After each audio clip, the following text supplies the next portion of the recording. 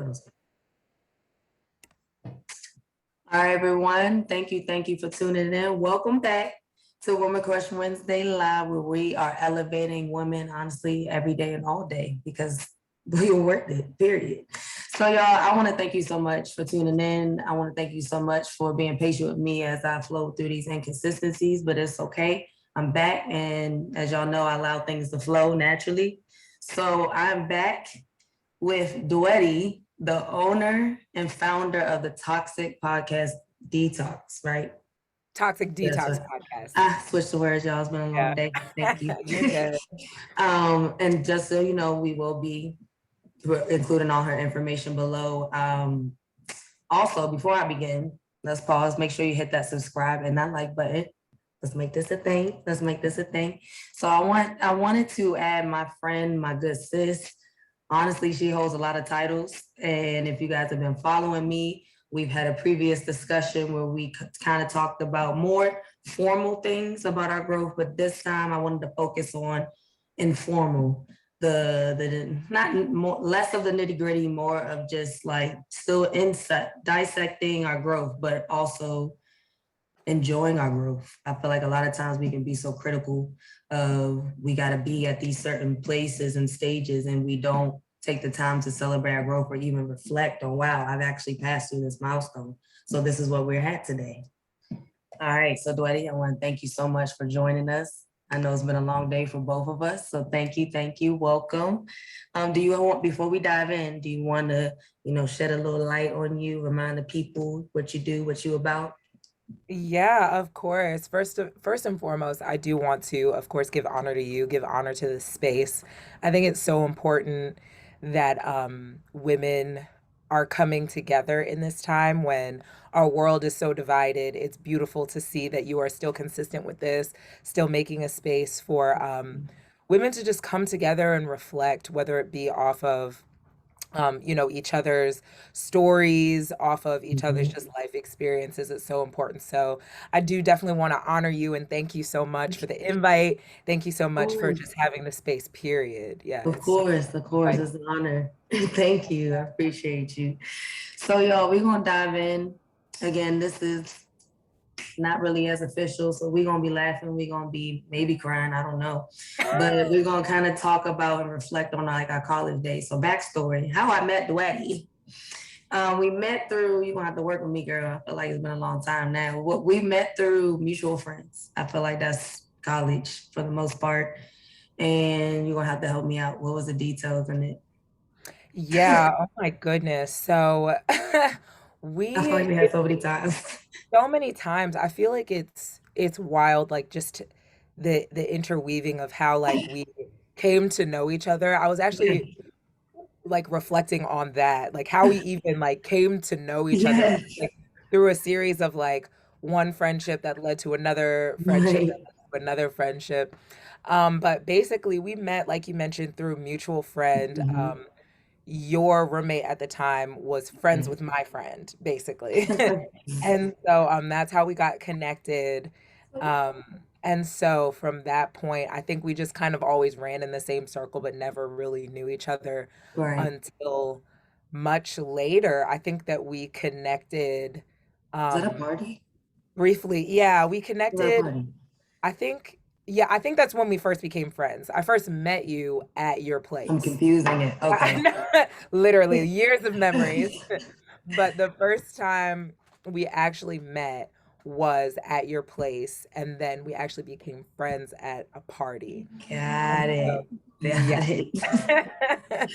So Yo, it was just wild, a wild time for both of yes, us. yo, we were a hot mess. We were, as you can tell, we have a lot of good Really. fun memories. There's nothing negative from as far as I can remember, but it's just this. My point being that we've seen each other through a lot of different stages. We have cried together. We have had deep, intimate talks about our spiritual walk, about our personal growth, about our mental health.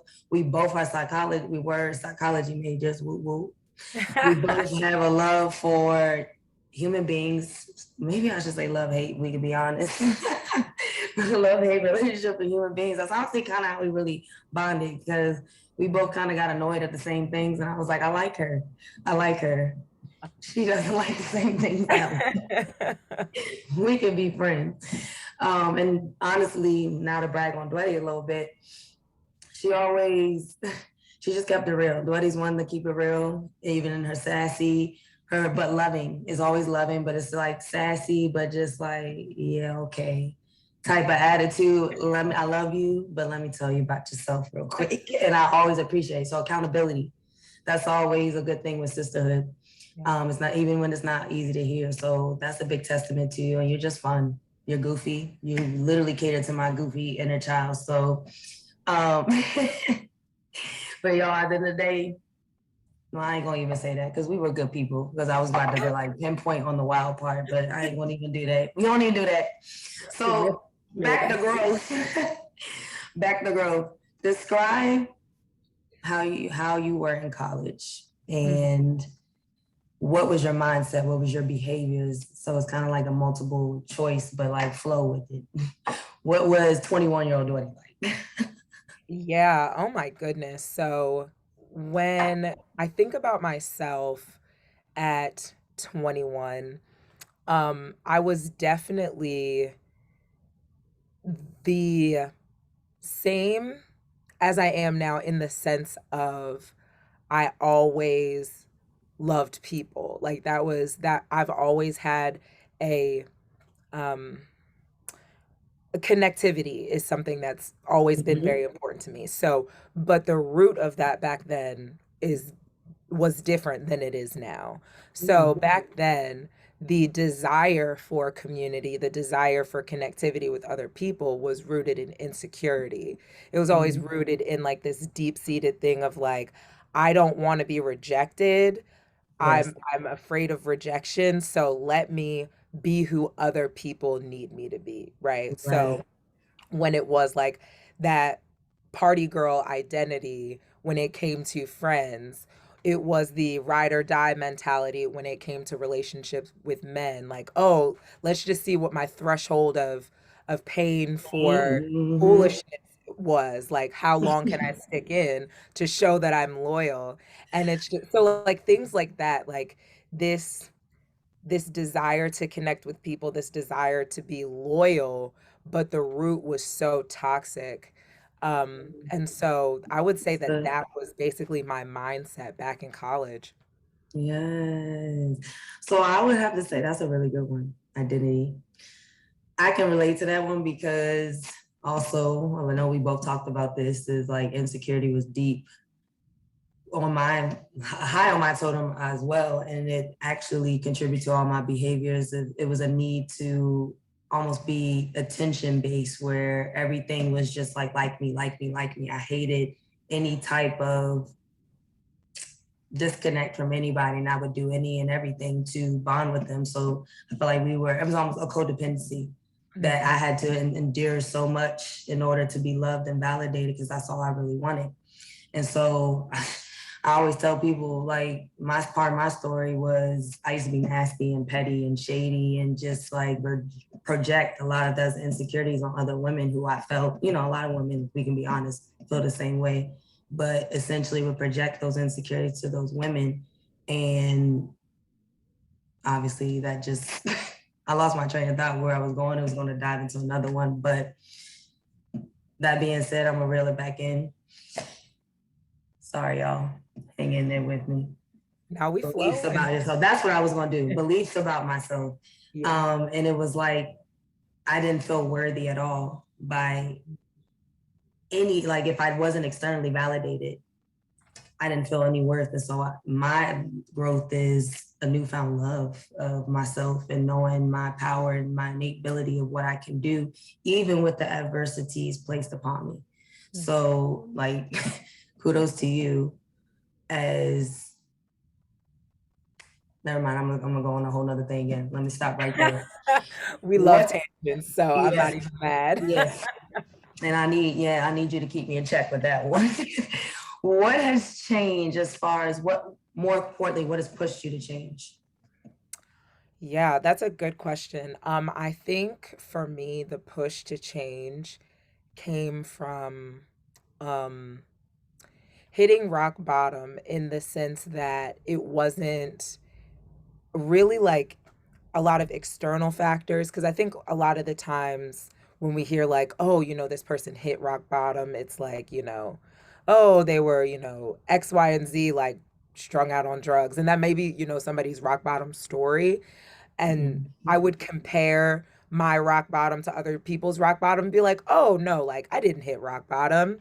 But Right. when I look back at my rock bottom, it was an emotional rock bottom. You know what I mean? Like Yes. sometimes we tend to be like, oh, like, no, I wasn't as bad as like that person's story or this person's story. But like when I look back at my rock bottom for me, it was moving back home at 25 when after I had already had my own place, um, Mm-hmm. money coming in, was super, just living what I thought was my best life, and then having to move back to Maryland, back into my childhood bedroom on my childhood mattress. Like literally just like a humbling experience. So I think that hitting that emotional rock bottom of like being completely stripped of everything that I thought was important, of everything that I thought made me who I was, Mm, just having to start over. That's really what pushed me to change, was being like, "Oh, like I literally cannot live this way anymore right. because it's not serving me at all." Right. That's big. Snaps to you. Because Yeah. I feel like a lot of people get that internal tug to change, but ego, whatever other variables or fear. Honestly, that's usually the biggest point of change, drives people to stop and remain stagnant. So kudos to you. That's something that's definitely good to reflect and be proud of. So proud of you, sis. How was your spiritual journey growth? Like, how did your spiritual, that was badly misworded. How did your spiritual life or walk grow since 21 to now, specifically? Yeah, so specifically, I think that I've always known that God's hand was on my life, just because a lot of situations that I've put myself in, like Mhm. people have done less and been dead, honestly.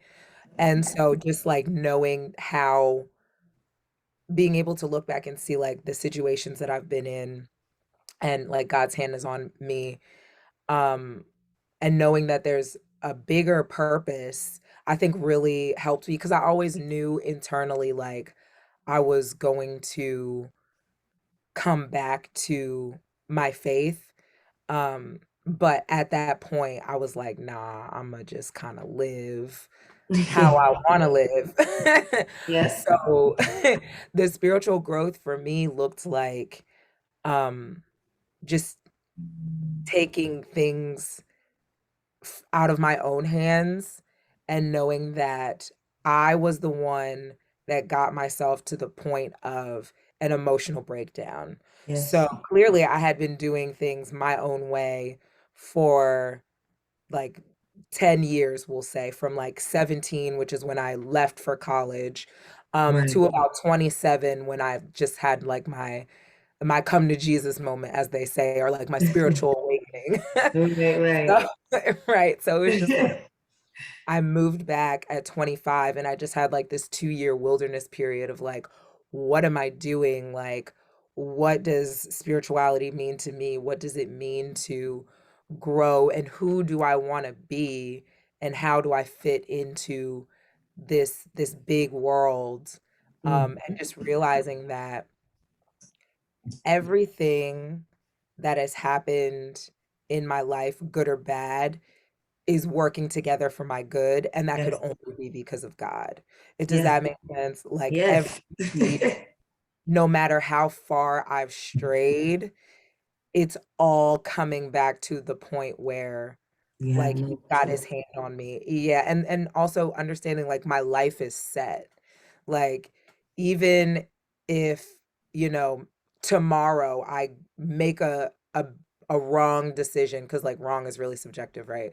So Yes. like if I make a wrong decision, I can look back and say, "Oh, I see how God connected those dots and like made that decision that I made work together for my good. So that was really my spiritual growth of just like handing of surrender, really, of understanding that Mhm. like there is a power that's bigger than me that has orchestrated my life from beginning to end, and trusting that he's good and that all his plans for me are good.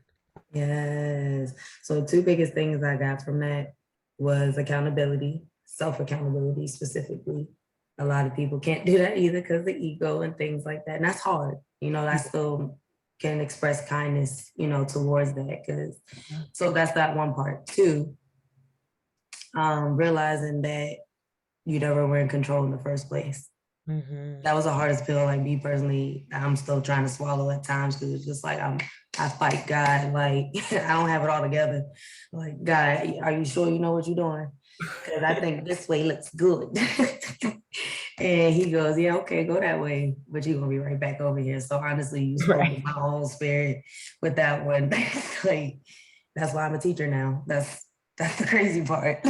Yeah. Yeah. But how did you learn? So we know things, I know you know about inner child wounds or child inner wounds, whatever the terminology. And I know that with your psych background and just being in your experiences with therapy, you have a deeper understanding of what that means to you on a personal level. So that's not always easy to do, to tap in. So that being said, how did you learn, or what, like I understand what pushed you, but how did you learn how to tap into your inner wounds, if that makes sense? Yeah, absolutely. Um, I think the first step for me was the realization that I needed to. I have this joke with my sister that, like, oh, she'll ask me, things about our childhood, and she'll say things that I legitimately don't remember. And I'm like, oh, if it happened before 2010, like, I don't remember it and it's like a joke, but the root of that is like, really, there's so many painful things that like I blocked out, Mhm. so that when it came time for me to do that inner work, I had to really sit with myself and be like, okay, you have this innate desire to please people for acceptance. Right. Why? And it was a lot of like asking asking the problem why it was there, not really talking to the symptom of the problem, Yeah. which was, like people pleasing and things like that. But like, why is people pleasing an issue? So getting to the root of that, and, getting back to, rejection through Yep. childhood and, family things, and digging all of that up and not being afraid to have that come to the light, I think was Mhm. the biggest thing, like realizing that like my wounds don't make me any less of a person. It actually makes me more relatable and it makes me human. And so I had Yes. this like facade, which I think that we've talked about before, just like that Yeah. facade of perfection and being Yeah. okay to like just, running through perfectionism and understanding that like, yeah, everybody has stuff that Mhm. they have to work through, and the reason that I'm called to work through my stuff is not for me. Like, yeah, it is for me to like get free and all that stuff, but like if I'm free, but like all my sisters around me are still suffering, it's not it's not as beneficial as if I can say, "Hey, here's the blueprint. Like, here's what I did. Right.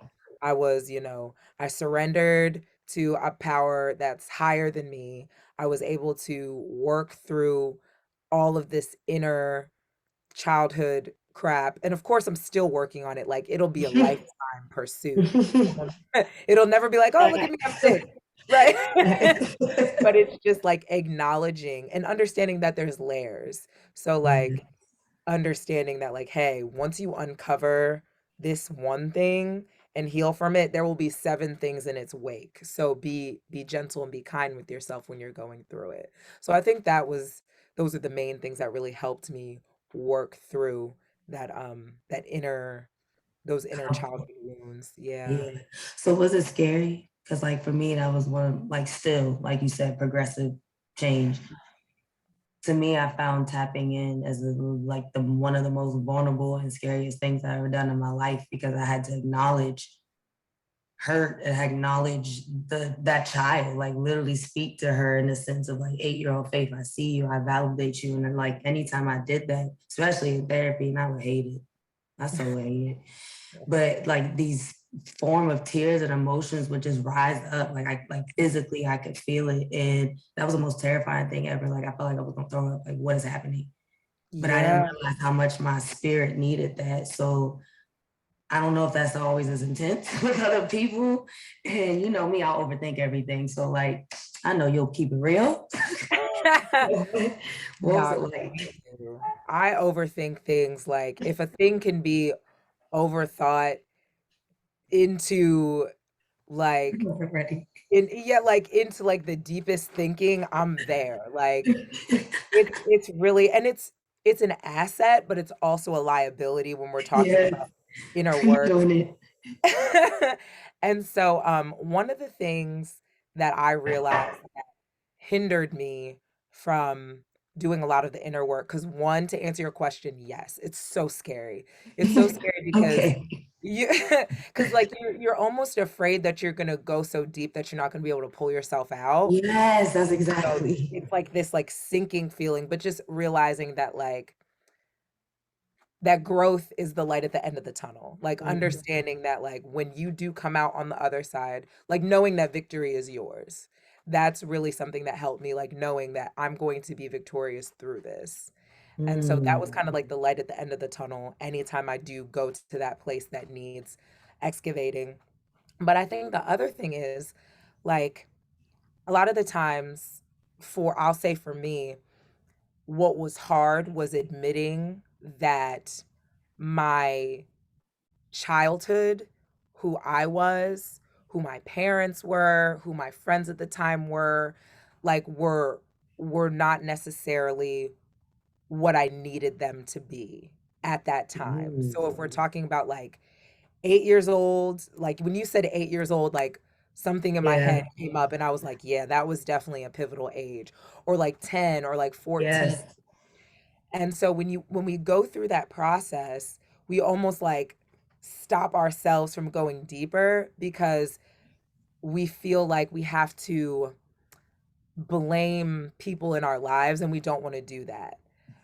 But I feel like Mm. one thing that I realized was that it's okay to grieve what I didn't have without putting responsibility on others in my life. So, like, to be That's like, good. yeah, because it's like we Mhm. have adults in our lives who like do the best that they can with what the information that they had at the time. And we say, oh, they did the best that they can. They did the best that they could. Yeah, they Yeah. did. But we can But also still grieve what we acknowledge. didn't have. Yeah. Yeah. And so I think once I allowed myself to say, like the adults in my life, they did the best that they could with the information that they had at the time, but I still get to grieve what 8-year-old me didn't have. Mm. Key word in that I got was grieving. Yeah. Insert to expressing your feelings, allowing yourself to feel.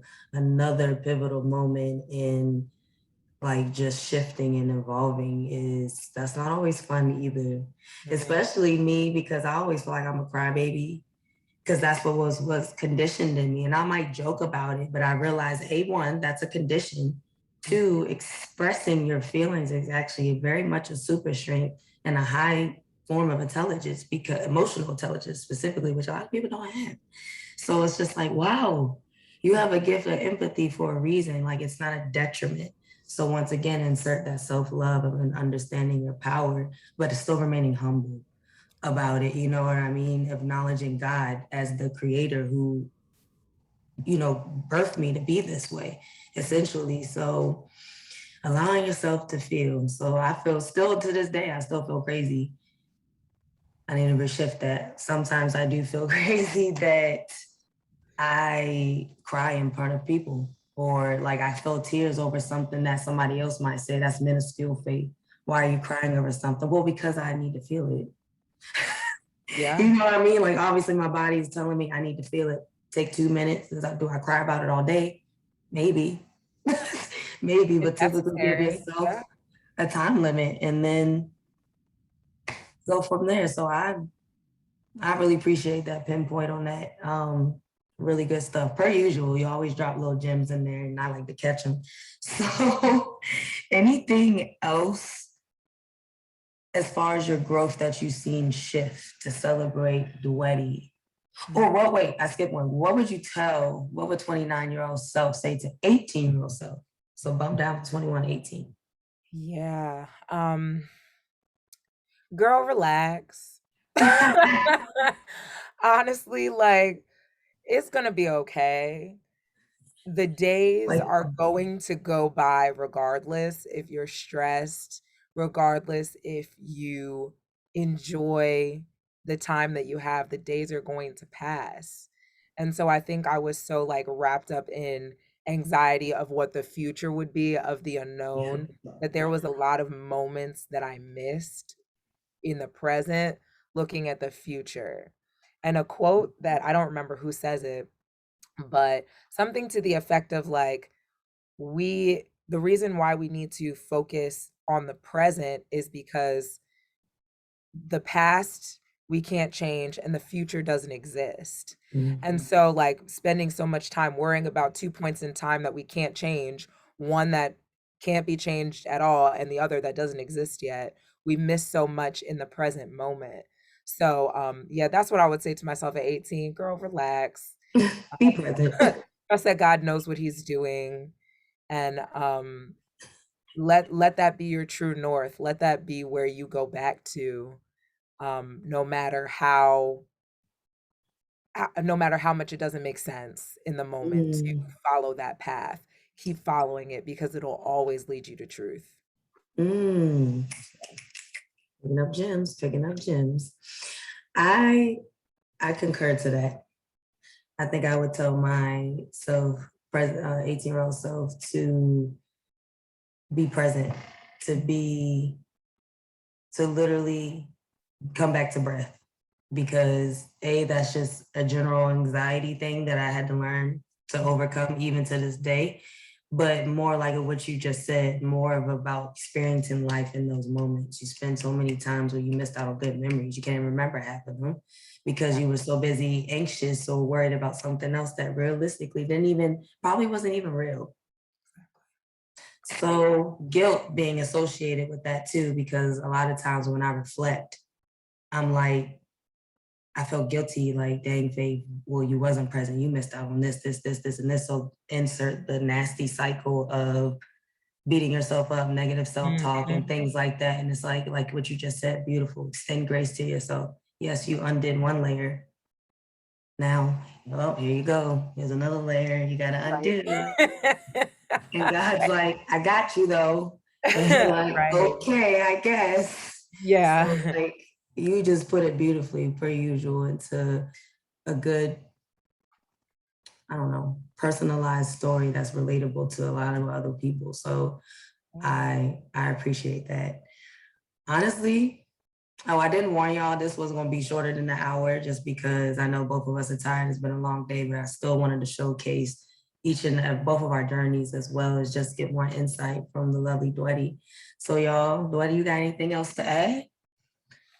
I think we've really said it all. I Yeah. think that um the last piece that I did want to share is just like battling those insecurities in Uh-huh. the moment, is Ooh, like realizing that literally just the mindset work that goes along with it, just like recreating those pathways of being able to pull ourselves out of a moment and be like, okay, I'm feeling insecure. Let's figure out why. Like, I'm feeling fearful. Let's figure out why. yes.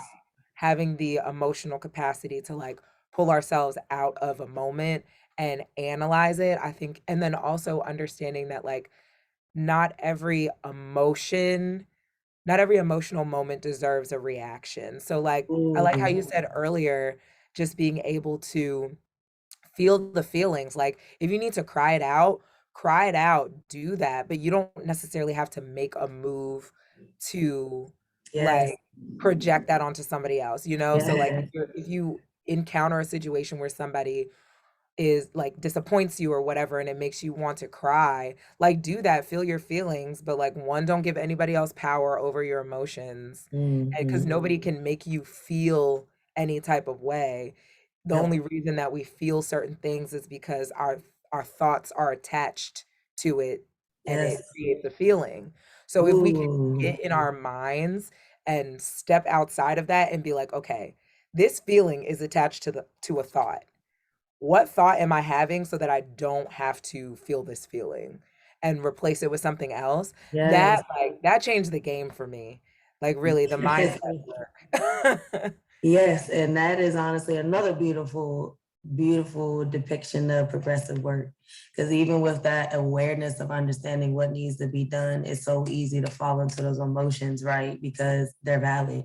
Like I know for me, I'll be like, my feelings matter. Yeah, so you're gonna hear what I have to say. But that's realistically my ego and reactivity Yeah. versus just Faith, why are you being shady right now? Faith, why are you being so aggressive? They didn't even mean it like that. Just listen. That was Yeah. another thing. I just didn't listen. I was so quick to, and that was when I did childhood. That's when I realized it was really correlated with childhood wounds because I never was validated and I was heard when I was a child, I was always silent. So whenever I felt like people was cutting me off, ah, I'm talking, Shut it down. or I would just brutally interject. And Gary and a lot of people had to be like, "Faye, you just cut me off." Oh, sorry. You know what I mean? So like I appreciate now, I appreciate the feedback because I need that just to snap me back. So progressive work at its finest for sure. So that was really good. That was really, really good. So do you find it the coping skills? Last question, sorry. Do you find that did you have to adapt your coping skills from what they were back then maybe to now? Yeah, absolutely. I think that with um each layer of freedom, we have to learn new tools. The things that we maybe did in a previous season may not work in a new season because we're growing and we're shifting and we're changing. And then also the battles get more intense as we go along. So like when we like peel off one layer, it's like, yay, we did it. But then it's like, no, but there's like actually a deeper layer under that. And so it's just like over time, once we Yeah. like nail down a certain coping mechanism, it's time to add more tools in our toolbox. So, Mhm. like, I found that for me, because like back then, I didn't have any coping skills. I just avoided everything. So, talking about like from I think like 25, 26 ish when I had like really a spiritual awakening to now, my coping skills look completely different. Yes. Like I used to be a huge journaler back then, whereas now, while I still journal, it's not as frequent. The thing that helps me now is um like meditation, where like and just like mindfulness and sitting, whereas Mhm. before I couldn't sit in one place for like 5 minutes and, Yep. listen to myself breathe. I didn't understand why I did that. So for the racing thoughts, I just like had to Right. write down everything. And so for me now, journaling, like I said, every day, sometimes it's just not feasible, but Right. it doesn't necessarily do as much for me as that extra step of like prayer and meditation and speaking out loud the things that I want Yes. to see in my life and speaking out loud the things that are bothering me. And so that's a better coping skill for me now in this season than it would have been previously. Yes, to growth. Yes. I'm very proud of you, per usual. You never cease to amaze me, and you deserve a round of applause. So, thank you so much for joining me. Thank you so much for pouring so much love and insight on you, being vulnerable, and just wanting to help someone else with your words. Per usual, you always welcome on my platform. And y'all make sure I will include all her information below. Make sure you check her out. How often does your podcast come out? It is every other Friday. Yep, so twice. Perfect. Twice a month. Y'all heard it here. Make sure you follow Dwedeh. She's amazing. Thank you so much.